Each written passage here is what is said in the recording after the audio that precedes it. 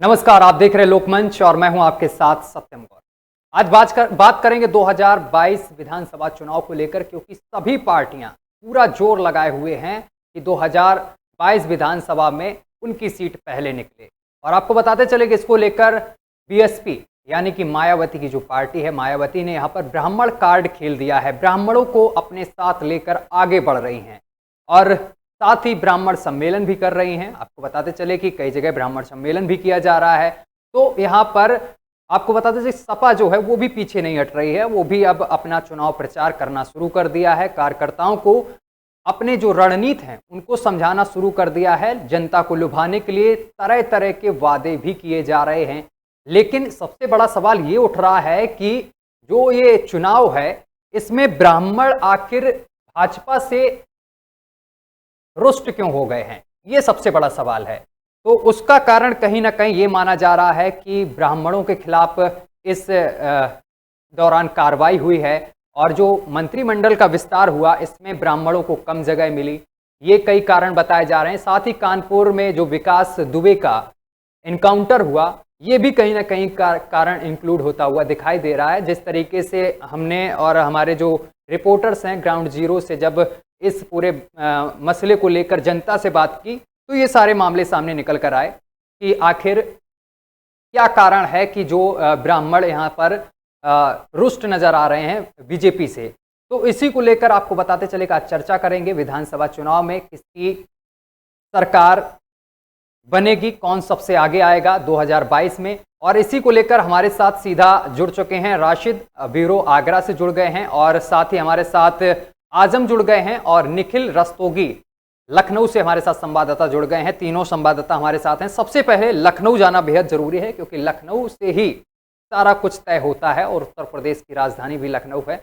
तो हमारे साथ सीधा निखिल जुड़े हुए हैं। निखिल, 2022 का विधानसभा चुनाव जो है बेहद दिलचस्प माना जा रहा है और राज्य जो यहाँ पर उठापटक है वो भी जारी हो गई है और बसपा ने यहाँ पर ब्राह्मण कार्ड खेल दिया है। क्या लगता है आपको? ये आपको बताते लगा चुनाव आने वाले कहीं ना कहीं समाजघात पहले से कोशिश हो रही है। बसपा ने सतीश चंद्र मिश्रा लगातार जिलों के दौरे कर रहे हैं, वहाँ पे महासभाएं कर रहे हैं, कहीं ना कहीं ब्राह्मण को अपने। हालांकि पहले जब चुनाव हुए थे तो उसमें ब्राह्मण कहीं ना कहीं बीजेपी के पाले में चला गया था, लेकिन अब पाला की दौड़ देखने को मिल रहा है। हालांकि सपा ने भी अब अपने को सोच रखा है कि वो भी ब्राह्मण कार्ड खेलेंगे। तो कहीं ना कहीं 15 अगस्त के बाद ब्राह्मणों को लेकर समाजवादी पार्टी भी एक सभा करेगी, जो कई जिलों में होंगी है, लगातार उसकी सभाएं होंगी। लेकिन बात करें बीजेपी से ब्राह्मण कार्ड की, तो कहीं ना कहीं बीजेपी में कहीं ना कहीं ब्राह्मण छुप होता दिख रहा है, कहीं ना कहीं ब्राह्मण छुपा है। इसकी वजह यह है कि कहीं ना कहीं कुलदीप, जिस तरह से आपको बता दें विवेक तिवारी का मामला हो या फिर कई ऐसे मामले हैं जो सामने आए थे जिसको लेके ये सब चल रहा है। हालांकि कहीं ना कहीं इसमें ब्राह्मण को सबसे हो जाने की कोशिश की जा रही है। लेकिन निखिल, सबसे बड़ी बात तो ये है कि जातिवाद का मुद्दा फिर सियासत शुरू हो गई। जातिवाद को लेकर ब्राह्मण और कहीं क्षत्रिय तो कहीं मुसलमान, सभी दल अपने अलग अलग जातियों को लेकर क्या चुनाव लड़ेंगे? निखिल जी, आपको बताते हैं कि ब्राह्मण का वोट कम से कम 20 से 22% का है उत्तर प्रदेश में, लेकिन कहीं ना कहीं बीजेपी के पाले में ब्राह्मण चला गया था। अब कहीं ना कहीं कानपुर, चाहे बिकरू कांड ले लीजिए या शुरुआत में जब बीजेपी आई थी सत्ता में, तो विवेक तिवारी का कांड ले लीजिए, विवेक तिवारी एनकाउंटर का मामला जिसको बताया जाता है, हत्या का मामला, तो कहीं ना कहीं बीजेपी से जो है रूठा हुआ नजर देखने को मिल रहा है। तो इसमें फायदा कहीं सपा को भी देखने को मिलेगा। ब्राह्मण कार्ड सपा में ज्यादा इस समय जाने की कोशिश की, क्योंकि जमीनी स्तर की बात करें तो सपा ने ब्राह्मण को रुझाने के लिए कई अहम और 15 तारीख सभाएं भी होने जा रही है। ठीक है, हमारे साथ आजम भी मुरादाबाद से जुड़े हुए हैं। आजम, जिस तरीके से बसपा ने यहाँ पर ब्राह्मण कार्ड खेल दिया है, ये कितना कारगर साबित होगा 2022 चुनाव के लिए? देखिए, जिस तरह से अगर बात ब्राह्मण समाज की जाए उत्तर प्रदेश में, तो लगातार जो है सारी पार्टियां ब्राह्मण समाज को अपनी ओर खींचने में आकर्षित हो रही है। इससे एक बात ये सामने को देखी जा रही है कि जिस तरह से 2017 का जो विधानसभा चुनाव हुआ था उसमें लगभग 56 जो है विधानसभा सदस्य चुने गए थे ब्राह्मण समाज के लोग, जिनमें 44 बीजेपी के विधायक थे। तो एक बहुत बड़ा सवाल हो जाता है विधायक बीजेपी के बीजेपी पार्टी में गए थे और 56 टोटल चुनकर गए थे। तो कोई ऐसी राजनीतिक पार्टी नहीं है जो विधानसभा आने वाले 2022 के चुनाव में ब्राह्मण समाज के वोट को अपनी तरफ लुभाने की कोशिश नहीं कर रही। जितना सारी पार्टियां जो है वो ब्राह्मण समाज के वोट को अपनी ओर आकर्षित करने की कोशिश कर रही है। तो कहीं ना कहीं एक बहुत बड़ी बात है जिस तरह से पूरे प्रदेश के अंदर ब्राह्मण समाज को लेकर तरह तरह के आयोजन किए जा रहे हैं। पार्टी अपनी ओर लुभाने की कोशिश कर रही है। तो ब्राह्मण समाज के बात को समझ रहा है कि जैसे चुनाव आते हैं वो सभी पार्टी जो ब्राह्मण समाज को अपनी ओर आकर्षित करने की कोशिश करती है और इसी को देखते हुए ब्राह्मण समाज भी अभी फिलहाल जो है इस कगार पर है कि वो किस पार्टी में जाएगा। इस बात का भी इसे भी अंदाजा लगाने में बहुत मुश्किल का सामना करना पड़ रहा है। जी ठीक है, राशिद खान हमारे साथ जुड़े हुए हैं, सीधा राशिद का रुख कर लेते हैं। राशिद आगरा से हमारे साथ जुड़े हुए हैं। राशिद, जिस तरीके से अब चुनाव प्रचार होने लगा है, कई पार्टियां अपना अपना प्रचार करने लगी हैं, तो यहाँ पर बीएसपी ब्राह्मण कार्ड खेल रही है, तो कोई किसी दल के साथ गठबंधन करता हुआ नजर आ रहा है, तो बीजेपी भी कहीं पीछे नहीं हट रही है। आखिर वहां पर आपके यहाँ क्या कुछ हालात बने हुए हैं आगरा में पार्टियों को लेकर? देखिए, उत्तर प्रदेश के चुनाव में जी विकास पर जातिवाद भारी रहता है और हमेशा से रहा है। बिल्कुल, इस बार भी यही भूमिका देखने को मिल रही है। बहुजन समाज पार्टी की बात करें तो सतीश चंद्र मिश्रा को जो जिम्मेदारी दी गई है ब्राह्मणों को लुभाने की, बखूबी जमीनी स्तर पर वो लुभा रहे हैं। लेकिन बेहतर ये होता कि पिछली बार जो उनकी सरकार बनी थी उसमें ब्राह्मणों के लिए ज्यादा कुछ बेहतर किया होता। अब करते हैं समाजवादी पार्टी की बात। तो समाजवादी पार्टी में अभिषेक मिश्रा को ये जिम्मेदारी अखिलेश यादव ने दी है। अभिषेक मिश्रा का भी लगातार आगरा का भी एक ब्राह्मण सभा थी, कोई उसका दल मिलने के लिए अभिषेक मिश्रा से गया था। ये बात सभी जानते हैं। देखिए, ब्राह्मण वोट बैंक जो होता है वो पढ़ा लिखा वोट बैंक होता है। ये बुद्धिजीवी वर्ग है। बहुत अच्छे तरीके से ये लोग समझते हैं कि हमें कहाँ जाना है। भारतीय जनता पार्टी शुरू से ब्राह्मणों को लेकर निशाने पर रही है। जिस तरीके से लगातार एनकाउंटरों की बात करें तो उससे ब्राह्मण समाज कहीं ना कहीं योगी आदित्यनाथ से रूठा हुआ नजर आ रहा है। ब्राह्मण समाज भारतीय जनता पार्टी से रूठा है। ये बात जब चर्चाओं में आई तो उसके बाद बहुजन समाज पार्टी और समाजवादी पार्टी ने इसका फायदा उठाना चाहा और वो भरपूर फायदा उठा भी रही है। आपको बताते चले कि आगरा के जिला अध्यक्ष गिरिराज सिंह कुशवाहा से जब हमने बात करनी चाहिए तो उनका यही कहना था कि ब्राह्मण समाज बुद्धिजीवी वर्ग समाज है। भारतीय जनता पार्टी के राष्ट्रीय अध्यक्ष ब्राह्मण समाज से रहे हैं और भारतीय जनता पार्टी की उत्तर प्रदेश में सरकार बनाने में ब्राह्मण समाज की अहम भूमिका रही है। वहीं हमने विमल वर्मा जो बहुजन समाज पार्टी के जिला अध्यक्ष हैं, जब उनसे बात करना चाहिए तो उनका एक यही कहना था कि बहुजन समाज पार्टी ने हर वर्ग को सम्मान दिया है, उसमें ब्राह्मण वर्ग को बहुत ज्यादा सम्मान दिया है। और सतीश चंद्र मिश्रा बेहतर तरीके से जानते हैं क्योंकि वो भी ब्राह्मण है, ब्राह्मणों के लिए क्या करना है। यही सपा की बात करते हैं। सपा ने तो सीधे तौर पर ये कह दिया है कि भारतीय जनता पार्टी की सरकार में ब्राह्मणों के एनकाउंटर किए जा रहे हैं और ब्राह्मणों को जो है वो कहीं ना कहीं दबाने की कोशिश की जा रही है। तो निश्चित तौर पर ये बात कही जा सकती है। राशिद, ठीक है, जैसा कि आपने कहा कि यहाँ पर विपक्ष यहाँ पर आरोप लगा रहा है कि ब्राह्मणों के इनकाउंटर किए गए हैं, तो यहाँ पर विपक्ष कहीं ना कहीं सियासी रोटियां सेकता हुआ बिल्कुल से नजर आ रहा, क्योंकि विकास दुबे तो यहाँ पर एक अपराधी था जिसको मारना बेहद जरूरी था। अगर उसके ऊपर राजनीति खेल रहे तो ये बेहद गलत है। आपको क्या लगता है? नहीं, बिल्कुल गलत है। अपराधी को नहीं बख्शा जाना चाहिए, बिल्कुल, ये तो बिल्कुल सही बात है। लेकिन जातिवाद जो होता है ना उत्तर प्रदेश के अंदर हमेशा से भारी रहता है, तो विधानसभा चुनाव का है या लोकसभा चुनाव का है। क्योंकि अब देखिए, समाजवादी पार्टी अपना मूल वोट बैंक भूल चुकी है।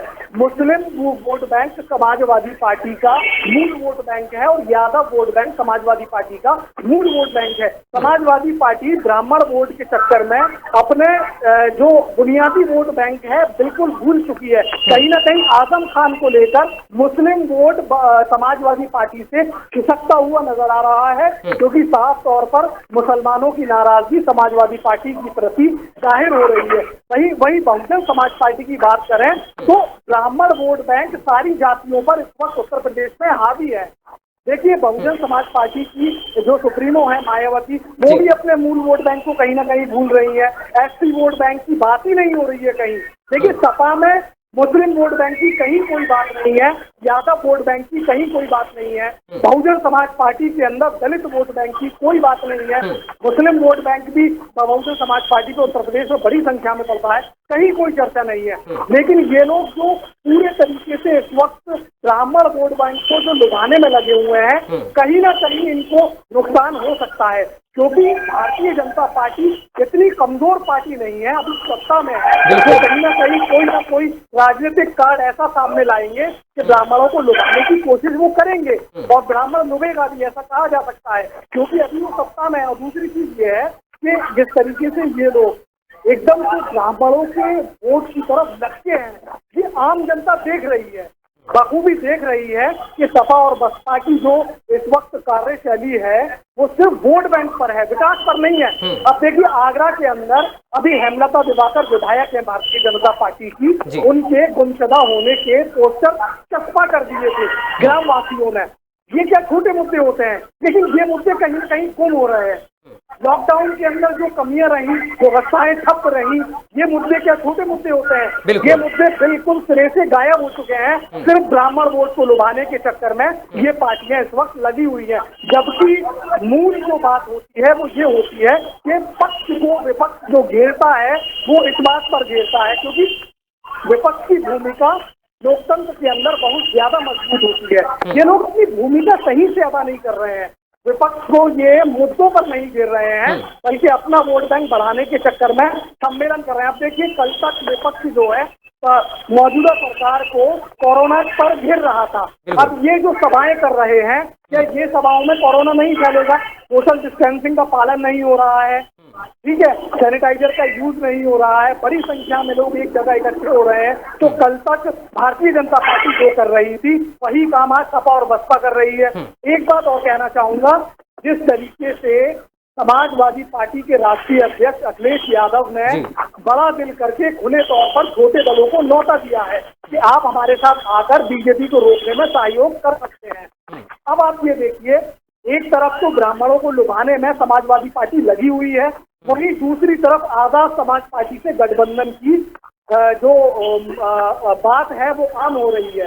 हो भी सकता है, ऐसा कहा जा रहा है, क्योंकि दोनों तरफ के नेता मुलाकात भी कर रहे हैं, दोनों तरफ के नेता कह भी रहे हैं कि गठबंधन कहीं ना कहीं हो सकता है। अब ये देखिए दोहरा रवैया, अभिषेक मिश्रा समाजवादी पार्टी की तरफ से ब्राह्मणों को लुभाने में लगे हुए हैं, वही चंद्रशेखर रावत बिल्कुल ब्राह्मण विरोधी है। इस नीति को आप कहाँ ले जाओगे? क्या जनता ये सारी चीजें नहीं देख रही है? विपक्ष को कहीं ना कहीं मुद्दों पर घेरना चाहिए भारतीय जनता पार्टी को, क्योंकि वो सरकार में है।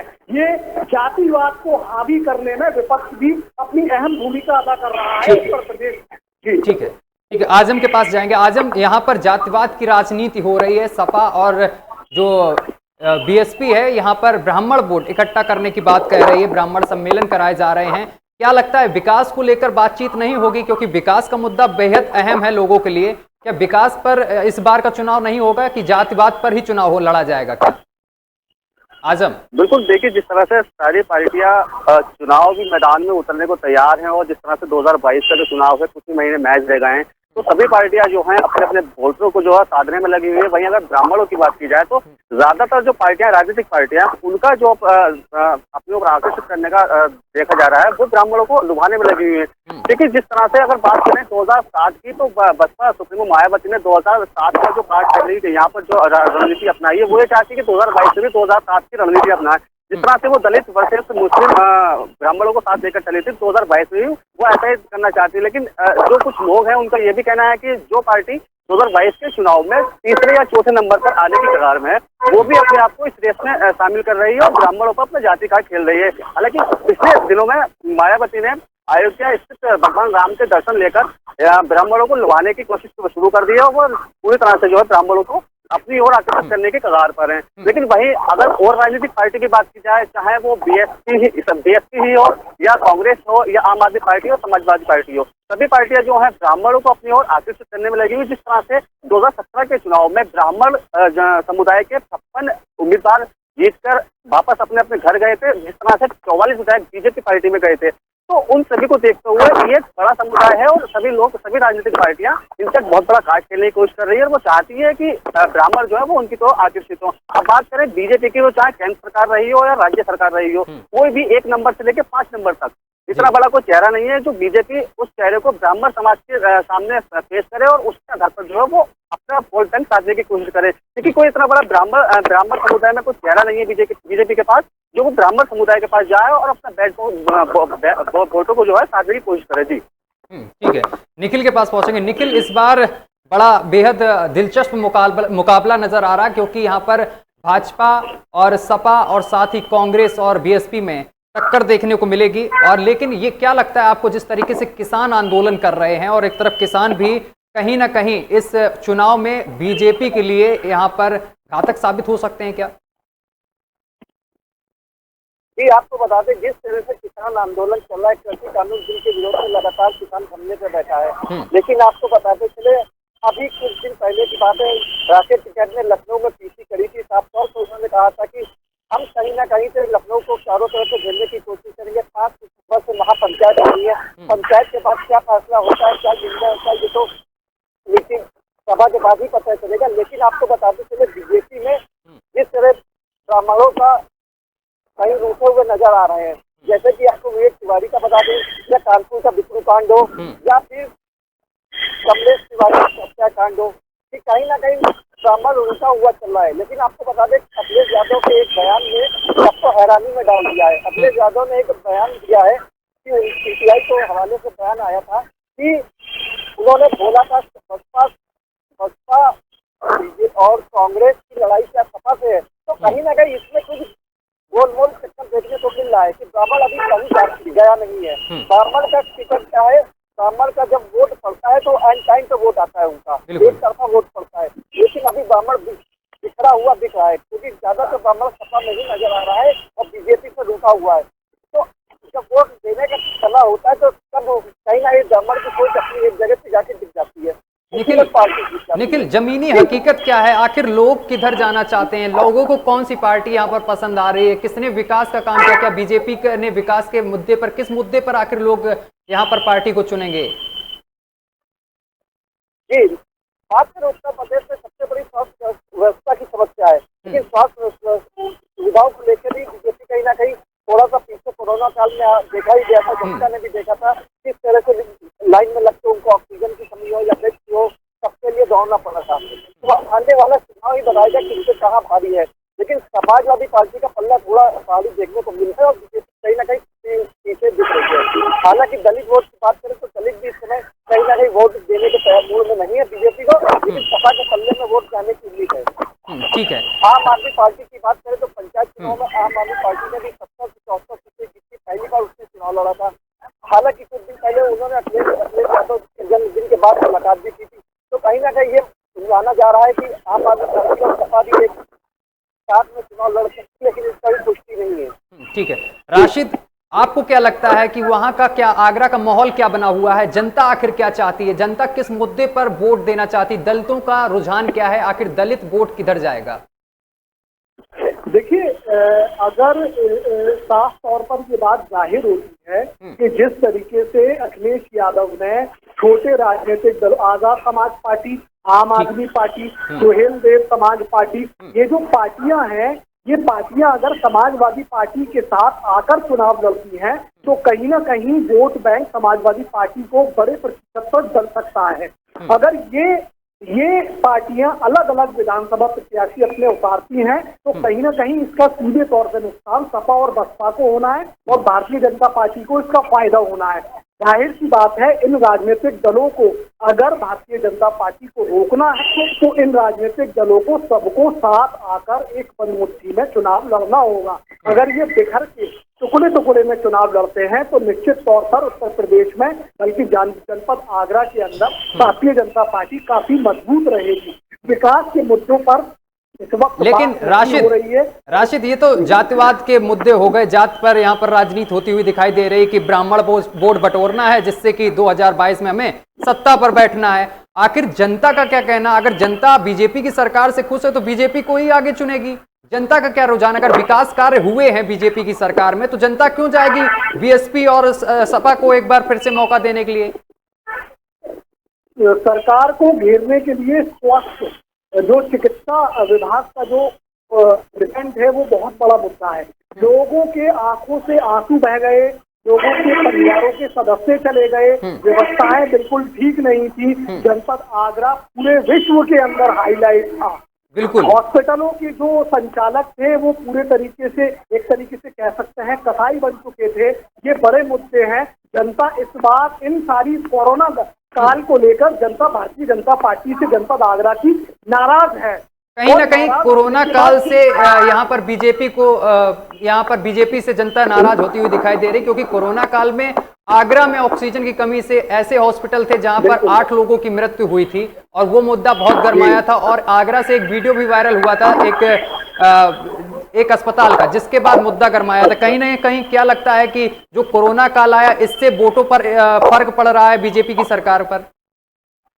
बिल्कुल फर्क पड़ रहा है। निश्चित तौर पर ये बात कही जा सकती है कि जनपद आगरा की जनता का जो रुझान पहले था वो अब नहीं है भारतीय जनता पार्टी के प्रति, क्योंकि लोगों ने अपने घर के सदस्यों को खोया है। व्यवस्थाएं नहीं थी, लोग सरकार को कोस रहे थे और कोरोना काल का जो पीरियड है वो अभी तक जनता भूली नहीं है और लगता है कि विधानसभा चुनाव जब वोटिंग होगी तब भी नहीं भूल पाएगी। विपक्षी पार्टियों की बात करें तो कहीं ना कहीं देखिए, बहुजन समाज पार्टी का गढ़ कहा जाता था आगरा को, क्योंकि दलितों की राजधानी है आगरा।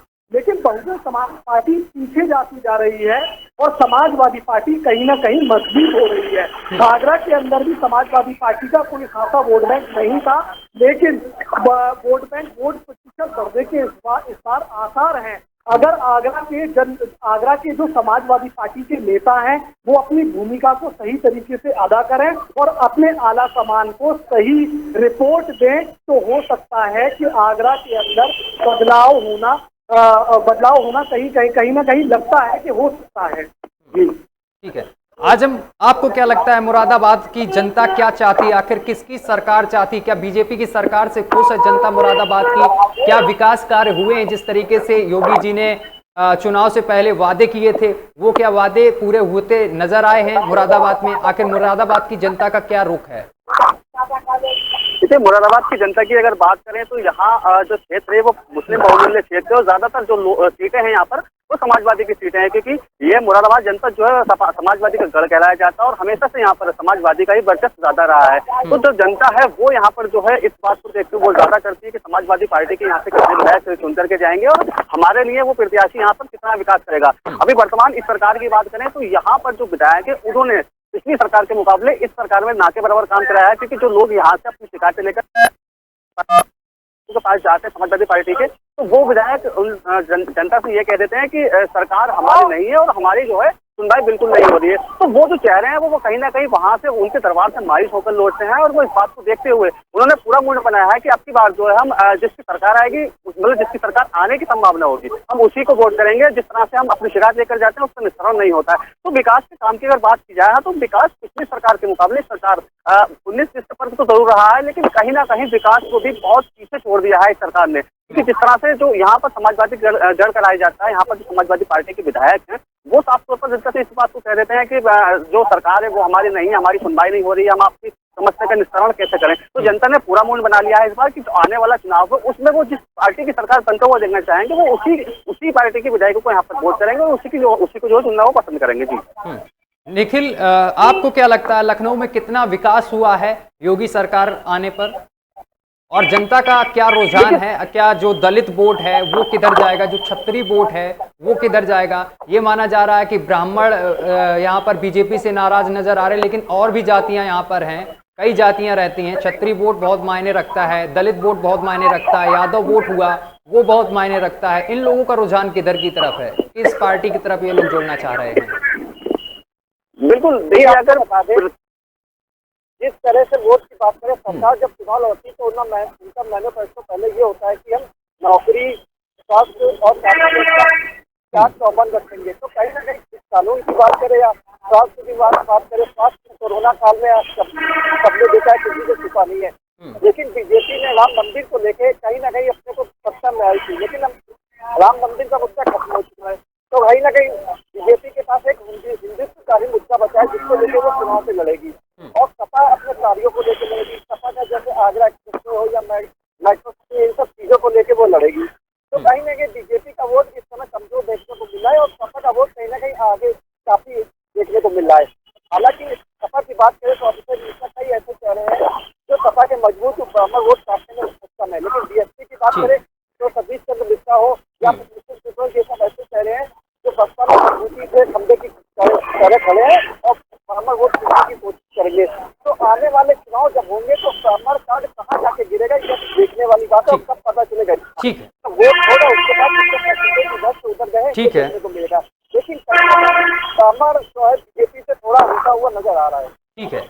निखिल और राशिद और साथ ही आजम, आप तीनों का बहुत बहुत शुक्रिया हमारे साथ जुड़ने के लिए, तमाम बातचीत करने के लिए, तमाम जानकारी हम तक पहुंचाने के लिए। लेकिन जो 2022 का चुनाव है ये बेहद दिलचस्प है, क्योंकि इसमें जानना ये जरूरी है कि 2022 में कौन गद्दी पर विराजमान होगा। यहाँ पर जातपात की राजनीति चल रही है, ब्राह्मण कार्ड खेल दिया गया है, लेकिन अब ये देखना जरूरी होगा कि जनता किसको चाहेगी, किसको गद्दी देगी यूपी की। फिलहाल में बुलेटिन में अभी के लिए बस इतना ही। देश दुनिया की तमाम खबरें देखने के लिए देखते रहिए लोकमंच।